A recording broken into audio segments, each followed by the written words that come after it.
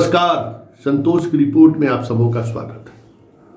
और आज हम संतोष की रिपोर्ट में हम बात खान की करने जा रहे हैं। खान को लेकर हम काफी क्रिटिक हैं और इसको लेकर मुझे आलोचना भी झेलनी पड़ती है। लगातार उनके आईटी सेल के जो लोग हैं, हमारे चैनल को बंद कराना या उस पर स्ट्राइक मारना, ये सब चलता रहता है। लेकिन आज एक ऐसे महिला मित्र ने मुझसे सवाल कर दी, गुजरात में रहती है, कि खान को लेकर आप असहज क्यों हैं? और आप असहज हैं, इसका मतलब कुछ न कुछ बात तो जरूर है। 10, 12, 15, 10 वर्षों से मेरा उनसे रिश्ता है और वो महिला मित्र मुझे बेहतर जानती है और उसे पता है कि अगर हम किसी को लेकर बहुत ही क्रिटिक रहते हैं तो कुछ तो बात रहती है। देखिए, इस ब्रह्मांड में जो है ना, या इस जो भी आप कहें, आइडियल कौन हो सकता है जो आने वाली पीढ़ी को प्रेरणा दे? एक पत्रकार को यह भी जिम्मेवारी है कि ऐसे चेहरे को हमेशा खोजना और पब्लिक के बीच में लाना, ताकि पब्लिक के अंदर नैतिकता की भाव बढ़े। दुर्भाग्य है कि ना तो मेरे धर्म में ना ही मेरे कर्म में नैतिकता जैसी कोई चीज नहीं है। पाप करिए, पहुंच जाइए बैद्यनाथ धाम, जल ढार दीजिए, बाबा गलती हो गया माफ कर दीजिए। पाप करिए, चल जाइए कामरू का मुखिया, माँ का दर्शन कीजिए।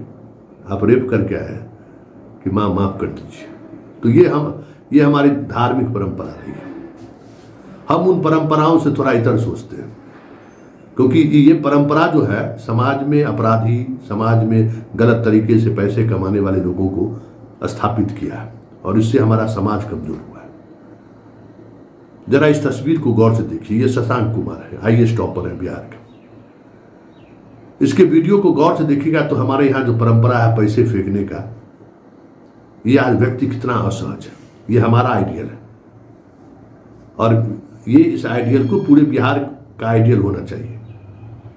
बीपीएससी की टॉपर है इसकी पत्नी, लोक सेवा आयोग में भी उन्होंने बेहतर रंग लाई है, शादी कर रही है। शशांक अगर किसी कोल माफिया या किसी इंजीनियर या किसी बिजनेसमैन की बेटी से शादी करती तो वो मेरा आदर्श नहीं हो सकता था। यह आदर्श है कि पढ़े लिखे हैं तो हम पढ़े लिखे लड़कियों से शादी कर रहे हैं।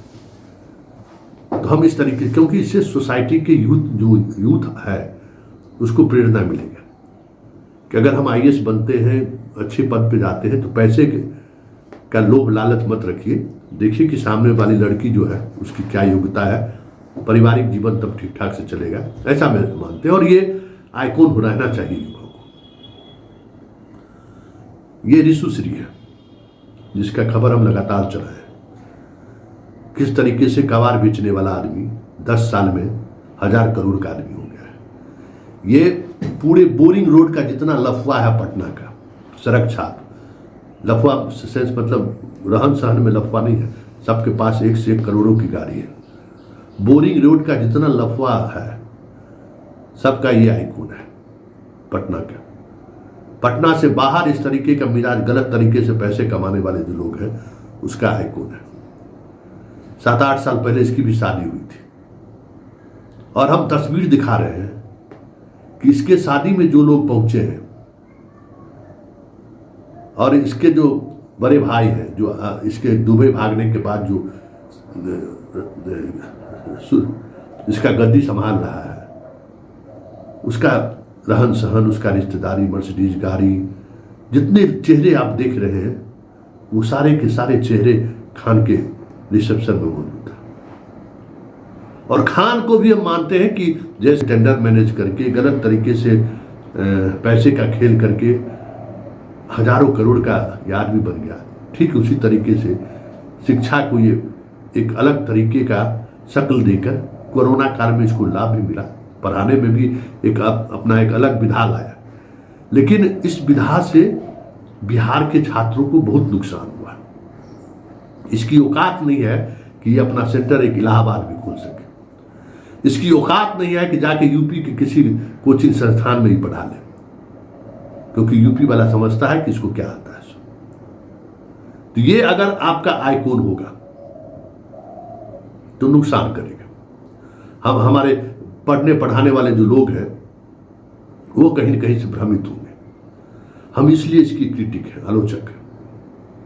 इसके हर एक्शन में हमें एक अलग तरीके का रहस्य दिखता है जो एक शिक्षक का गुण नहीं है। हम खान है तो मेरा नाम क्या है, नाम किसी को पता नहीं है, रहने वाला कहाँ का है, क्या क्या, मतलब एकदम रहस्य बना के रखता है सारी चीजों को। और इसके शादी में भी देखिए वही सम्राट चौधरी, वही तेजस्वी, वही जो हीरो सब है बोरिंग रोड का, वही सब दिख रहा है। डंडा के बल पर कोचिंग संस्थान में छात्रों का शोषण करने वाला तब बहुत सारे चेहरे इसमें आपको दिख जाएंगे इसके साथ।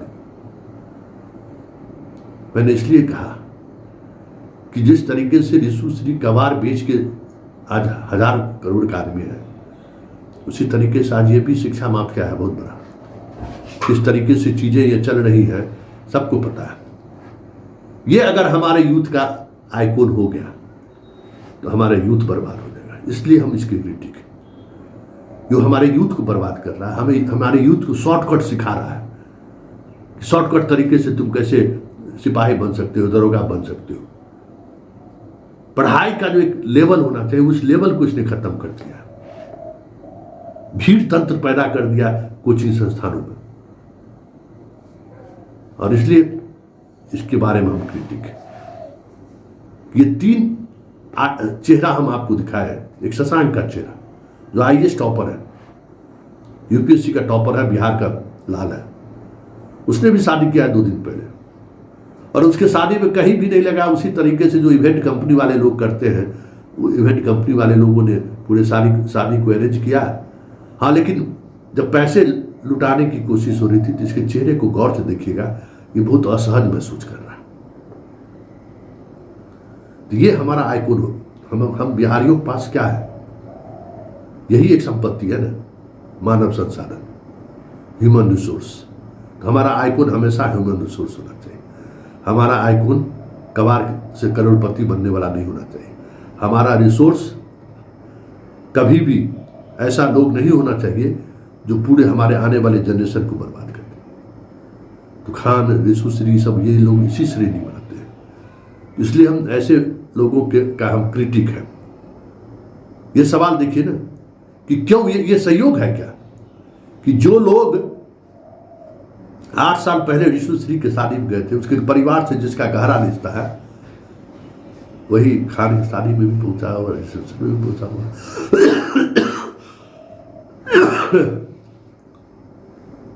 ये संयोग नहीं हो सकता है। ये जीने का एक तरीका है।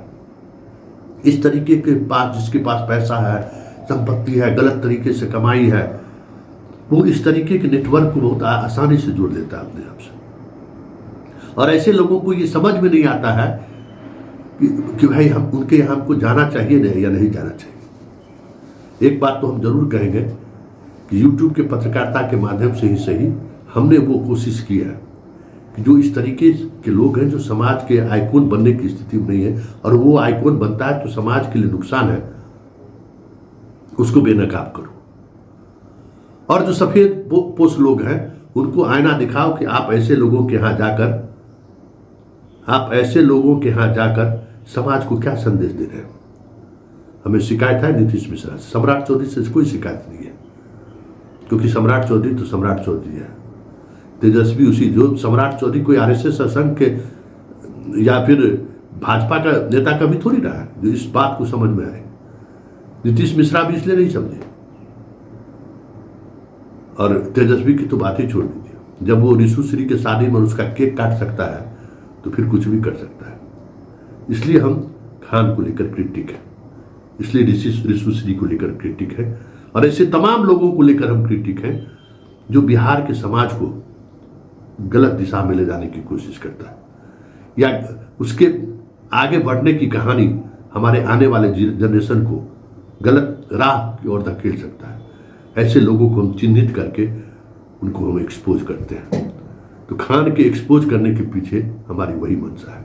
खान से मेरा व्यक्तिगत कुछ न टकराव है, न खान से मेरा कोई वास्ता है। बस सिर्फ एक ही वास्ता है कि बिहार के यूथ को ये बहुत ही सुनियोजित तरीके से बर्बाद कर रहा है।